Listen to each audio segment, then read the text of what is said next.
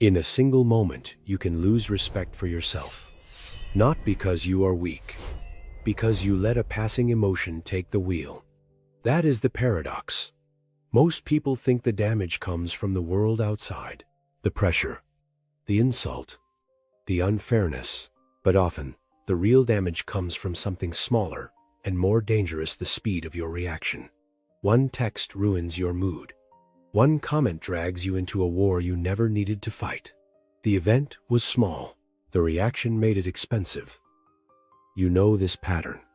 You react, then regret, then replay, then explain to yourself why it happened. You call it stress, a bad day, a trigger. But underneath it is a harder truth: you are tired of being hijacked by moments that should not have that much power. Not because you feel too much, because you respond too fast. That is where the exhaustion lives. In over-explaining, in overthinking, in emotional leakage. You do not want to become colder. You do not want to feel less. You want something better, to remain yours when life gets loud. Most people do not have an anger problem. At the root, they have an automatic reaction problem. Something happens. The body tightens. The mind writes a fast story. The mouth moves. The fingers type. And only afterward, when the nervous system settles, does awareness arrive. That is the trap. Your reaction loop is faster than your awareness loop. So you call it honesty. You call it being real. But often it is only old conditioning borrowing your body to repeat an old script. Epictetus said it cleanly. We are disturbed not by things but by our judgments about things. There are always three layers: event, interpretation, choice. Most people fuse them. The Stoic separates them. And that separation is where authority returns. The strongest people are not numb. They are harder to hijack. Seneca understood that anger left ungoverned becomes a kind of temporary madness. The Stoic insight is severe and practical. Between stimulus and response, there is a space. Most people miss it. They react, regret, justify, repeat. But the person who actually grows learns to live inside that space. 1 breath, 2 seconds, 1 honest question.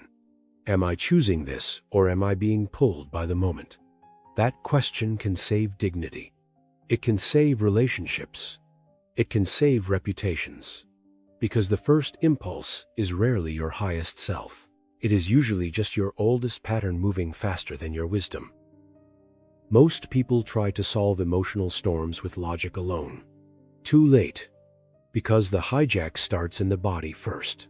Chemistry before sentences. Tight jaw, fast pulse, shallow breath, hard eyes, sharp tone. And once the body believes it is under attack, the mind stops seeking truth and starts building a case. That is why regulation comes before reasoning. Longer exhale, lower shoulders, relaxed hands, slower voice. This is not weakness. It is command. And then another discipline follows: do not believe every thought that arrives wearing urgency. Intensity is not evidence. A thought is not truth because it feels loud. The first impression may be automatic, but assent is still optional. So ask, what are the facts? What is the story my mind is adding? What else could be true? Not every rude tone is a verdict on your worth. Not every silence is rejection. Not every delay is disrespect. Reframe the provocation, and you reclaim the wheel. Think of a fish hook dropped into dark water. Most people bite instantly. A tone, a post, a slight, a dismissive look, and suddenly their peace belongs to someone else. That is not power. That is predictability. Now imagine the stronger person. They see the hook, and they do not bite. That is governed power. Or think of fire. Uncontained, it burns the house. Directed, it forges steel. That is emotion. The heat is not the problem. The lack of structure is. Your interior should not be an open border. Not every opinion deserves entry. Not every provocation deserves your nervous system. That is what self-mastery is. Not emotional absence. Controlled force. So here is the blueprint. 3 protocols. First, the 2. Second, gap. Pause before the damage, not after. Pause. Breathe. Choose. That tiny interruption is where dignity lives. Second, regulate the vessel. If your chest tightens, stop talking. Soften the jaw. Drop the shoulders. Slow the voice. You need a steadier state. Third, respond from standard. Do not ask, how do I win this moment? Ask instead, what response protects my peace, my dignity, and the future I want? Sometimes the answer is one sentence, sometimes a boundary, sometimes silence. The point is not to look calm. The point is to remain authored. Real power is not having the last word. It is becoming difficult to provoke, easy to respect, impossible to control through emotion. You stop reacting to discharge pain. You start responding to protect what matters. That is the deeper shift. Your peace is no longer a reward for perfect circumstances. It becomes a discipline you practice inside imperfect ones. So when the next trigger comes, do not chase a perfect performance. Take one deliberate breath.